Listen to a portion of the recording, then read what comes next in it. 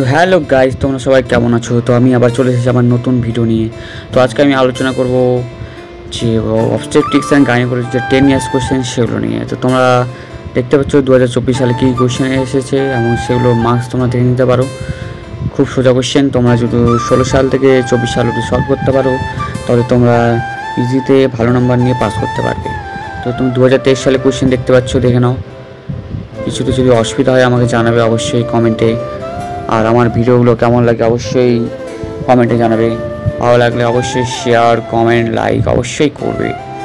তো 2022 সালে তোমরা দেখতে পাচ্ছ নর্মাল লেবার এসেছিলো, হাই রিস্ক প্রেগনেন্সি এসেছিলো, হিস্টেরেক্টমি এসেছিলো, হাইপোথার্মিয়া এসেছিলো। শর্ট নোটসগুলো কিন্তু সোজা সোজা এসেছে। তারপর দেখতে পাচ্ছ সেপ্টেম্বর 2021 সালে পারফেরিয়াম, হাই প্রেগনেন্সি আবার এসেছে। তারপরে ডিইউবি এসেছে। শর্ট নোটসগুলো দেখতে পাচ্ছ অক্সিটোসিন।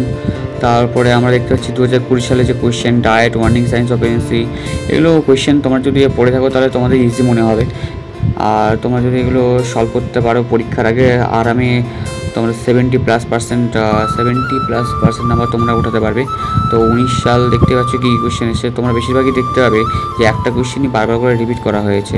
আর তোমরা অনেক এখানে যে একটা মানে সিনারিও দিয়ে দিয়েছে যে এই কোন কন্ডিশন হবে, সেই কন্ডিশনটা দেখতে পাচ্ছ আমি সলভ করেছি। সেখানে কন্ডিশনগুলোর পাশে সেই যে ডিস কন্ডিশন সেগুলো আমি লিখে রেখেছি, তোমরা পারলে সেগুলো নোট করে নিতে পারো। তো গাইজ তোমরা দেখতে থাকো, যেগুলোতে কিছু বুঝতে অসুবিধা হলে অবশ্যই আমার কমেন্ট সেকশনে জানাবে, কারণ আমার হাতের লেখা একটু খারাপ, তো তোমরা প্লিজ কেউ মাইন্ড করবে না। ওকে, তোমরা দেখতে থাকো কোয়েশ্চেন, আর ভালো করে পড়াশোনা করবে, সুস্থ থাকবে, ভালো থাকবে, ভালোভাবে ডিউটি করবে। এটাই হয়তো তোমাদের লাস্ট ইয়ার। যারা থার্ড ইয়ার আছে, আমিও থার্ড ইয়ারেই পড়াশোনা করছি। আমি যখন ফ্রি থাকি এই ধরনের ছোটো ছোটো ভিডিও বানিয়ে থাকি। তো তোমরা ঠিকমতো পড়াশোনা করবে, কেউ ফাঁকি দেবে না কিন্তু।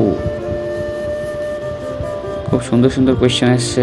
আর যারা ডিসি দত্ত বুক পড়ে তারা তো অনেক, আমার মনে হয় সেটা খুব ভাস্ট বুক। আর আমরা ডিসি দত্ত ইউজ করি না, আমরা অন্য রেটের বুক ইউজ করি। তো তোমরা সেই বুক থেকে সলভ করে নেবে, ঠিক আছে? ওকে, থ্যাংক ইউ।